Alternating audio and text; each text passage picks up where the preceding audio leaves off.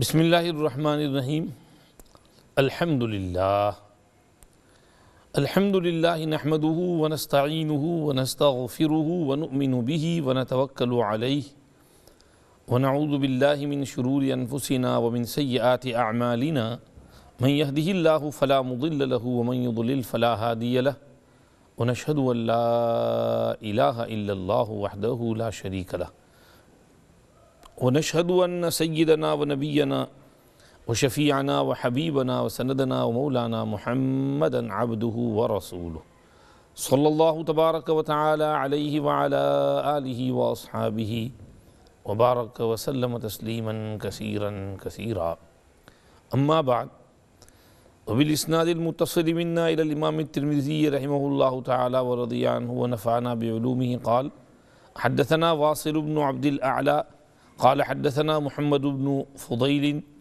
عن أبي حيان التيمي عن أبي زرعة عن أبي هريرة رضي الله عنه قال أتي النبي صلى الله عليه وسلم بلحم فرفع إليه الذراع وكانت تعجبه فنهس منها.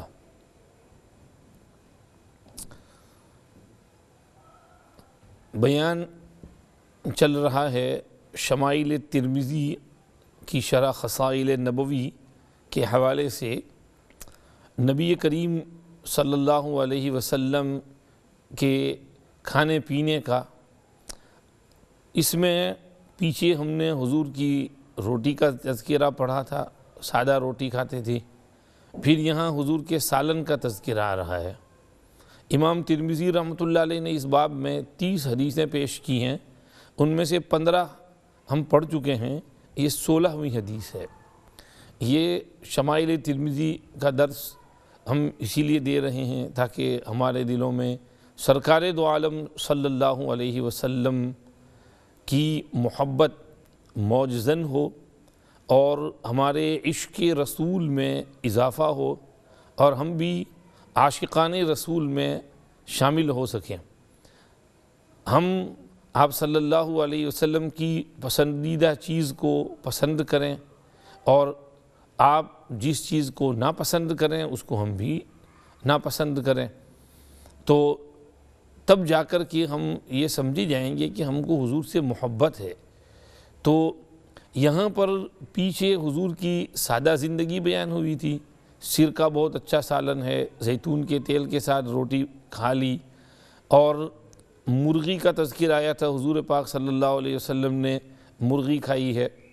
اور اس طرح مچھلی کا تذکر آیا تھا، صحابہ کرام سفر میں گئے تھے اور بھوک ہو رہی تھی اور پھر سمندر سے اللہ نے مچھلی نکالی تھی، انہوں نے کھائی تھی، کچھ لائے تھے، حضور کو بھی پیش کی تو حضور نے مچھلی نوش فرمائی. تو اب یہاں پر اب تذکرہ آ رہا ہے یہ بکری کے گوشت کا، مٹن کا.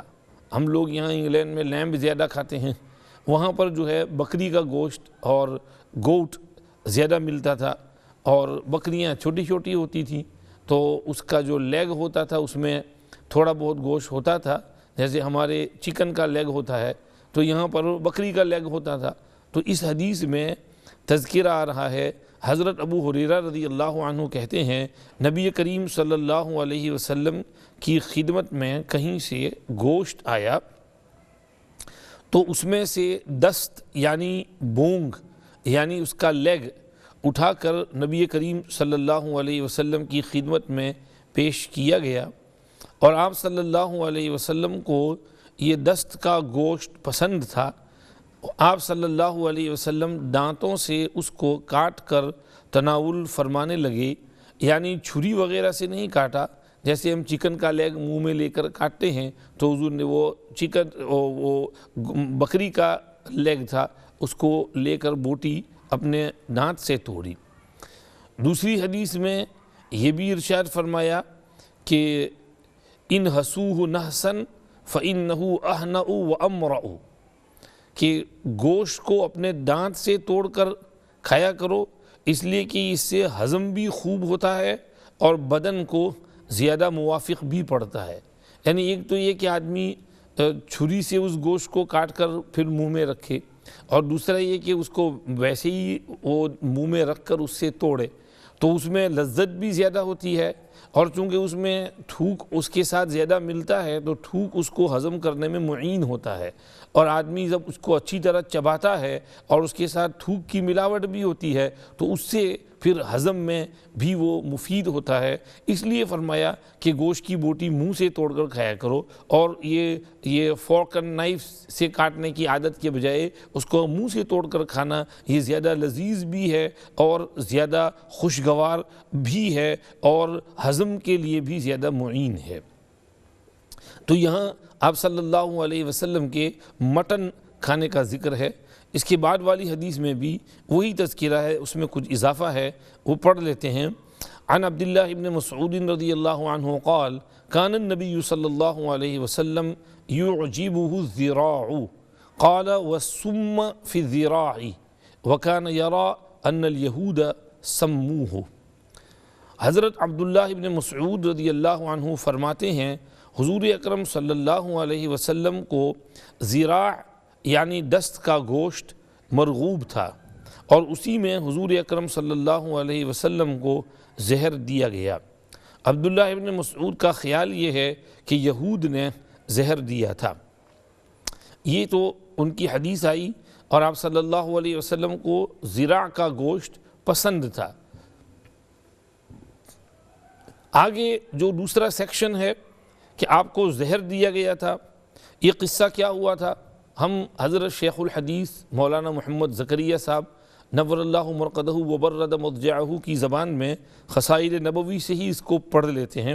حضرت فرماتے ہیں فتح خیبر میں ایک یہودی عورت کو جب یہ معلوم ہوا کہ آپ صلی اللہ علیہ وسلم دست یعنی بونگ کے گوشت کو مرغوب سمجھتے ہیں، تو اس نے ایک بکری کا گوشت بھونا اور اس میں بہت سارا زہر ملا دیا۔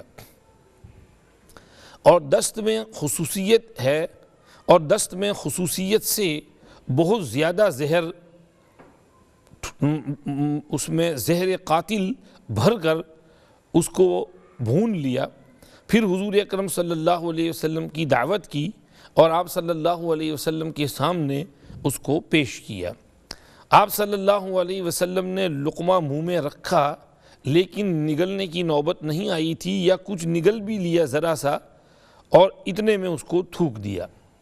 یہاں آپ سوال کرو گے کہ بھئی یہودی کے یہاں کا گوشت کھایا۔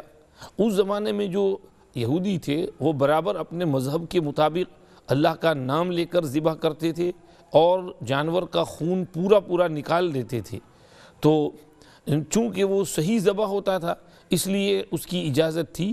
اور وَطَعَامُ الَّذِينَ أُوتُوا الْكِتَابَ حِلٌّ لَكُمْ وَطَعَامُكُمْ حِلٌّ لَهُمْ ارشاد فرمایا ہے۔ تو اس زمانے میں بھی اگر وہ احتیاط کریں اور صحیح طرح سے اس کو اللہ کا نام لے کر ذبح کرتے ہوں تو اس کی کچھ گنجائش نکل سکتی ہے، اگرچہ بہتر یہ ہے کہ انسان مسلمان کے ہاتھ کا ذبح کیا ہوا ذبیحہ اور 100% یقین والا جو ذبیحہ ہے وہ کھائے، کیونکہ کھانے پینے کا مسئلہ تھوڑا بہت احتیاط والا ہے۔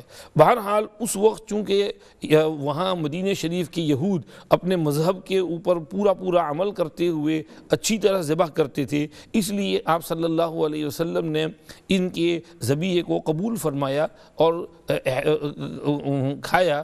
اب اس زمانے میں چونکہ اس میں بے احتیاطی برتی جاتی ہے، اس لیے اس میں علماء منع کرتے ہیں کہ جہاں تک ہو سکے ذبائح اہل کتاب نہیں کھانا چاہیے، خاص طور پر یہ شاپنگ مال میں جو گوشت ملتا ہے، اور یہ اس سے احتیاط کرنا چاہیے، کیونکہ یہ یہاں خون نکالنے کا اہتمام نہیں ہے۔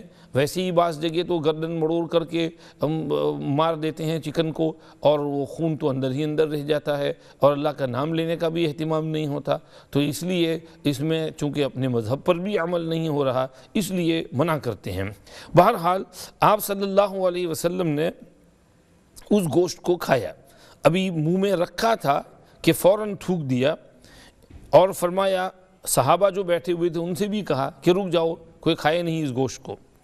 اس کے بعد آپ صلی اللہ علیہ وسلم نے اس دعوت دینے والی عورت کو بلایا اور اس سے کچھ سوالات کر کے پھر پوچھا کیا تم نے اس گوشت میں زہر ملایا ہے؟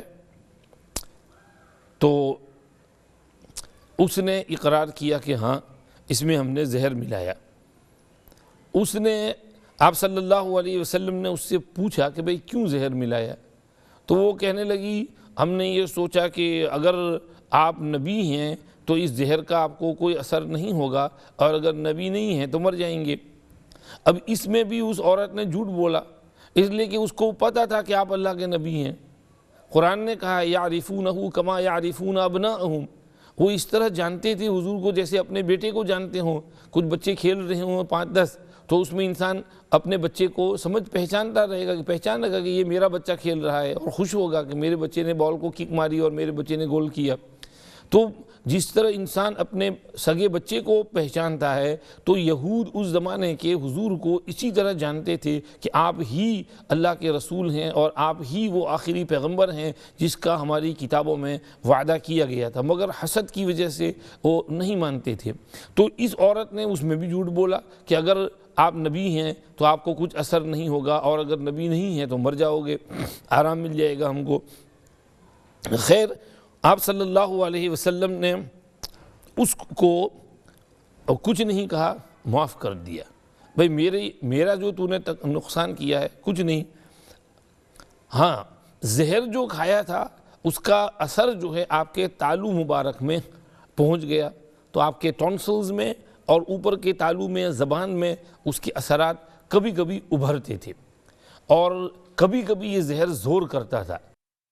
ایسا زہر بھی ہوتا ہے کہ جو فوری طور پر تو قتل نہ کر دے لیکن دھیرے دھیرے اپنا اثر دکھاتا رہے۔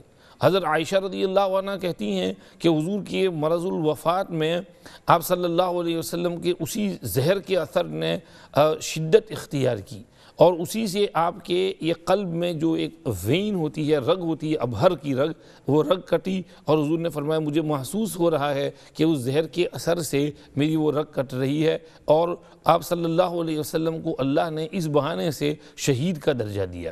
تو یہ زہر تو دیا گیا تھا یہ خیبر کے موقع پر محرم سن 7 ہجری میں، تو اس کے گویا 3 سال بعد 3 سال تک یہ وقتاً فوقتاً زہر اثر کرتا رہا، اور پھر جو ہے وہ اخیر میں جان لیوا ثابت ہوا۔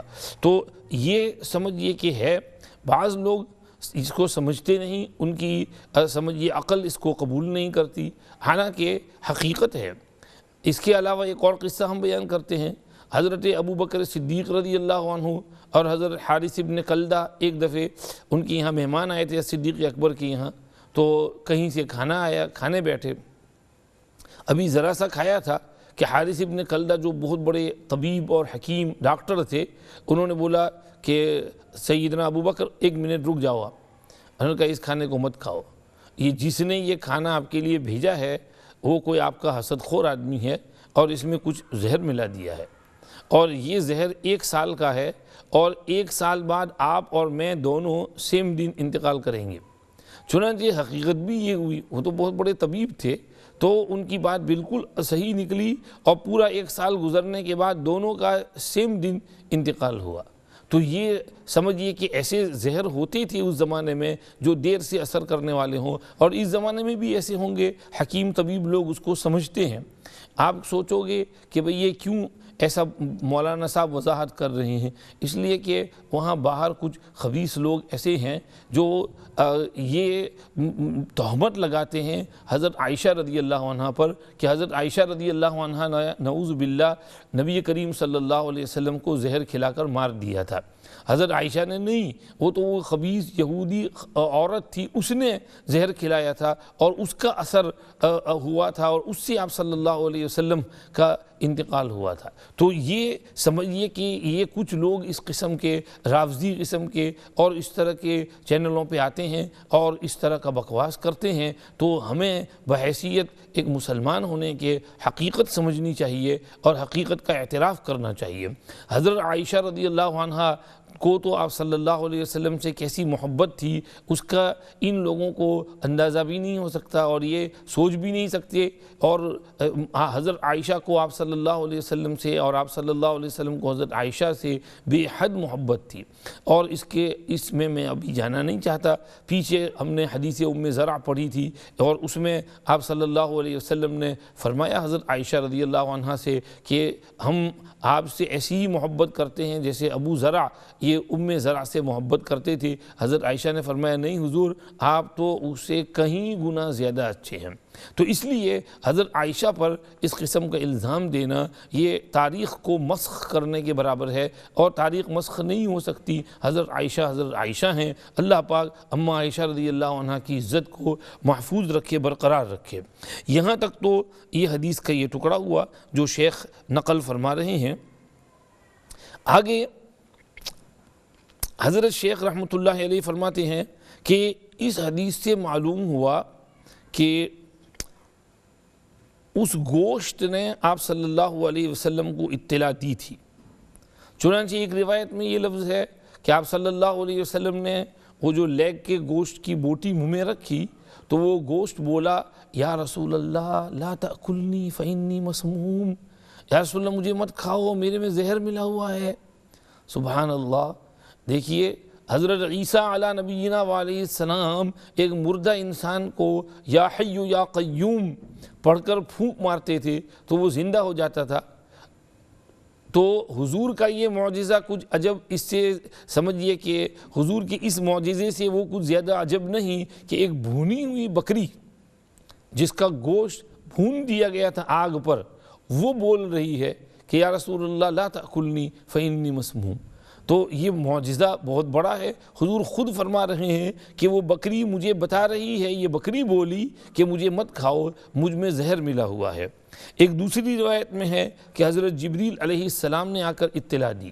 حضرت شیخ رحمۃ اللہ علیہ فرماتے ہیں ان دونوں روایتوں میں کوئی کانٹرڈکشن اور تعارض نہیں، اس لیے کہ اول گوشت نے بطور معجزہ کے پکار کر کہا، اور بعد میں حضرت جبریل امین نے اس کی تصدیق فرمائی کہ یہ گوشت صحیح کہہ رہا ہے اور آپ اس کو مت کھائیے۔ خیر، آپ صلی اللہ علیہ وسلم نے اس عورت کو بلا کر پوچھا، اس نے جب اقرار کیا آپ صلی اللہ علیہ وسلم نے اس کو جانے دیا، اس سے کوئی انتقام اور ریونج نہیں لیا، معاف کر دیا۔ ایک روایت میں علامہ مناوی رحمۃ اللہ علیہ نقل کرتے ہیں کہ جب حضور نے اس کو معاف کر دیا تو وہ عورت مسلمان ہو گئی، اس نے کلمہ پڑھ لیا۔ اب بات تو آئی گئی ہوگی، معافی بھی ہو گئی اس کی۔ یہ خیبر کا قصہ ہے، فتح خیبر کے موقع پر۔ لیکن آگے پھر یہ ہوا کہ حضور کے ساتھ اس دسترخوان پر بیٹھنے والوں میں حضرت بشر ابن البراء ابن المعرور رضی اللہ عنہ بھی تھے۔ انہوں نے بھی اس میں سے کھایا تھا اور وہ اس بوٹی کو نگل گئے تھے۔ کچھ دن بعد وہ اس زہر کی وجہ سے وہ بیمار رہ کر شہید ہو گئے۔ جب وہ اس زہر کے اثر سے شہید ہو گئے تو ان کے گھر والوں نے مقدمہ دائر کیا کہ یہ تو ہمارے سمجھیے کہ آدمی کا قتل ہوا ہے اور قتل کا بدلہ قصاص ہے، تو ہمیں قصاص ملنا چاہیے۔ اب چونکہ اس عورت نے زہر کا اقرار کیا تھا تو یہ قتل کا بھی اقرار ہو گیا، گویا اس نے اقرار کیا کہ میں نے قتل کیا ہے، تو اس کو بلایا گیا اور اس کو حضرت بشر جو مقتول تھے ان کے اولیاء کے حوالے کر دیا گیا، تو ان کے اولیاء نے پھر اس سے قصاص لے لیا۔ اگر یہ مسلمان ہونے والی روایت صحیح ہے تو پھر وہ مسلمان ہو کر مری، اللہ نے اس کو ہدایت دے دی، اور ساتھ ہی جو انہوں نے مطالبہ کیا تھا ان کا مطالبہ بھی پورا ہوا۔ واللہ عالم۔ آگے حضرت شیخ رحمۃ اللہ علیہ فرماتے ہیں اس بارے میں مختلف روایتیں آتی ہیں، بعض سے معلوم ہوتا ہے قصاص لیا، بعض سے معلوم ہوتا ہے قصاص نہیں لیا گیا۔ دونوں روایتیں صحیح ہیں، جیسا کہ اصل واقعہ سے معلوم ہو گیا کہ آپ صلی اللہ علیہ وسلم نے اپنے لیے تو قصاص نہیں لیا تھا تو اس سے نفی ہوئی، اور پھر جو ہے کچھ دن بعد جب ان لوگوں نے مطالبہ کیا تو آپ صلی اللہ علیہ وسلم کے پاس بحیثیت قاضی ہونے کے کوئی اختیار نہیں تھا اور اس مطالبے میں سب کو پورا کرنا پڑا، تو اس میں شاید قصاص میں اس کو قتل کیا گیا۔ آگے نیکسٹ حدیث میں اچھا یہاں پر عبداللہ ابن مسعود کہہ رہے ہیں کہ میرا گمان یہ ہے کہ ان کو زہر دیا گیا تھا، زہر دینے والے یہود تھے، شاید یہ انہوں نے اپنے علم کے اعتبار سے کہا، ان کو واقعہ کی تحقیق نہیں ہوگی، بعد میں محقق ہو گیا کہ ہاں یہی صورتحال ہوئی تھی۔ آگے نیکسٹ حدیث عن ابی عبید قال طبخت للنبی صلی اللہ علیہ وسلم قدرا وكان يعجبه الذراع فناولته الذراع ثم قال ناولني الذراع فناولته ثم قال ناولني الذراع فقلت يا رسول الله وكم للشاة من ذراع فقال والذي نفسي بيده لو سكت لناولتني الذراع ما دعوت۔ ابو عبید کہتے ہیں میں نے نبی کریم صلی اللہ علیہ وسلم کے لیے ایک دیگ پکائی اور آپ صلی اللہ علیہ وسلم کو دست کا گوشت، بونگ اور لیگ کا گوشت پسند تھا، تو میں نے آپ صلی اللہ علیہ وسلم کو وہ چھوٹا سا لیگ نکال کر دیا۔ آپ نے فرمایا وہ ذراع دو، یعنی بونگ لاؤ، تو میں نے دوسری بونگ بھی دے دی، دوسرا لیگ بھی دے دیا اس کا۔ پھر فرمایا کہ ذراع لاؤ، تو میں نے کہا یا رسول اللہ بکری کے کتنی ذراع ہوتے ہیں؟ دو ہی تو بونگیں ہوتی ہیں، دو ہی تو آگے کے لیگ ہوتے ہیں۔ تو آپ صلی اللہ علیہ وسلم نے فرمایا قسم اس خدا کی جس کے قبضے میں میری جان ہے، اگر تو خاموش رہتا تو تو مجھے یہ لیگ کا گوشت دیتا جاتا جب تک میں مانگتا رہتا۔ حضرت شیخ نور اللہ مرقدہ یعنی اس دیگچی میں سے وہ بونگیں نکلتی رہتی جب تک میں مانگتا رہتا اگر تو خاموش ہوتا۔ حضرت شیخ رحمۃ اللہ علیہ فرماتے ہیں یہ حضور اکرم صلی اللہ علیہ وسلم کا معجزہ تھا۔ مسند احمد میں اسی روایت کے ہم معنی ابو رافع سے بھی منقول ہے۔ ہو سکتا ہے یہ دونوں قصے ساتھ ساتھ پیش آئے ہوں اور اس میں بھی کچھ استعجاب نہیں کہ الگ الگ مواقع پر یہ قصے پیش آئے ہوں۔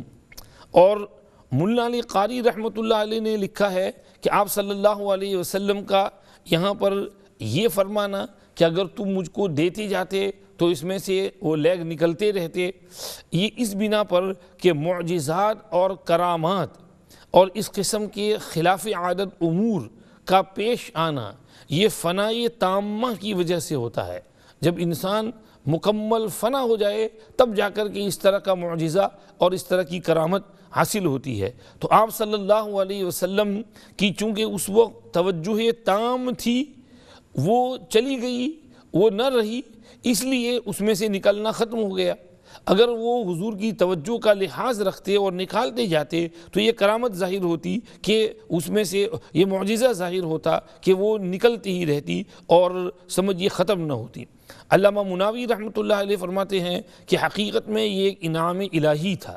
اگر یہ انقیاد تام کے ساتھ آپ صلی اللہ علیہ وسلم کی ارشاد کی تعمیل کرتے رہتے تو اس میں سے یہ بونگیں باقی رہتی اور نکلتی جاتی، لیکن چونکہ انہوں نے اعتراض کر دیا اور ایک طرح سے اعتراض کی صورت پیش آ گئی تو اس لیے وہ جو برکت نازل ہو رہی تھی وہ ختم ہو گئی اور وہ اللہ کی طرف سے اکرام کامل جو ہے اکرام تام وہ بھی کٹ گیا، ورنہ اگر وہ نکالتے رہتے تو اس میں سے نکلتی جاتی۔ تو یہ سمجھیے کہ آپ صلی اللہ علیہ وسلم کا معجزہ ہے کہ اگر اس میں سے نکالتے جاتے تو وہ نکلتی رہتی۔ ویسے آپ صلی اللہ علیہ وسلم کے یہاں کھانے میں برکت اور کثرت کے معجزات تو بہت پیش آئے تھے۔ اس میں سے 2-3 واقعے انشاءاللہ آپ کو نیکسٹ سیشن میں ہم سنائیں گے۔ بس یہاں تک جو آج کی ہم نے حدیثیں پڑھی ان میں اتنا ہے کہ آپ صلی اللہ علیہ وسلم کو مٹن اور یہ بکرے کا گوشت پسند تھا اور اس میں بھی ذراع کا گوشت آپ کو زیادہ اچھا لگتا تھا۔ لیگ کا گوشت وہ جلدی پک بھی جاتا ہے، نرم بھی ہوتا ہے اور ہضم بھی جلدی ہو جاتا ہے، اس لیے آپ صلی اللہ علیہ وسلم کو وہ گوشت پسند تھا۔ تو یہ چیز ہے۔ آگے برکت کا قصہ اس کے 2-3 قصے حضرت شیخ نے یہاں نقل کیے ہیں، میں آپ کو انشاءاللہ نیکسٹ لیسن میں سناؤں گا۔ اللہ پاک ہمیں شمائل ترمذی سن کر اس پر عمل کرنے کی بھی توفیق دے، آپ صلی اللہ علیہ وسلم کی محبت نصیب کرے اور آپ صلی اللہ علیہ وسلم کو جس چیز سے محبت تھی اس سے ہم کو بھی محبت نصیب کرے، اور اللہ ہمیں سنت کے مطابق زندگی گزارنے اور عمل کرنے کی توفیق عطا فرمائے۔ اللہ ہم سب سے راضی ہو جائے۔ جزاکم اللہ وآخر دعوانا ان الحمدللہ رب العالمین وصلی اللہ وسلم علی سیدنا محمد وآلہ واصحابہ اجمعین برحمتک یا ارحم الراحمین۔